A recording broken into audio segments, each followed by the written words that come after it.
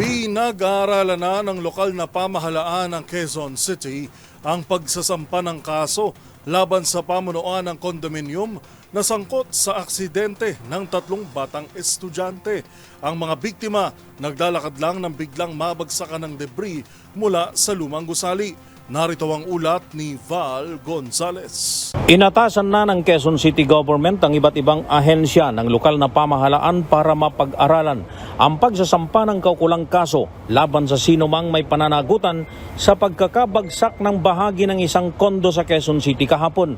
Ayon sa Quezon City LGU, umarangkada ng kanilang investigasyon upang mapanagot ang nagkasala sa insidenteng ito na anilay maring sanang naiwasan. Nasa malubhang kalagayan pa rin ang 2 biktima na pawang 12 anyos. Dakong alas 4 ng hapon kahapon nang mabagsakan ng 2 habang naglalakad sa tapat ng kondo sa kanto ng Roses at Tomas Morato, Barangay Laging Andak, Quezon City. Isa rin sa mga biktima na kanilang kaklase at kakambal ng isa sa mga biktima ang bahagyang nasugatan. Sabi ng Quezon City LGU, aalalayan at tutulungan daw ng lokal na pamahalaan sa pamamagitan ng Social Services and Development Department ang mga estudyante ng Alejandro Roses Science High School. Batay sa pahayag ng ilang residente, hindi lamang iisang beses nangyari ang pagbagsak ng mga debris sa lumang gusali kung saan tinamaan ng ilang mga kabahayan.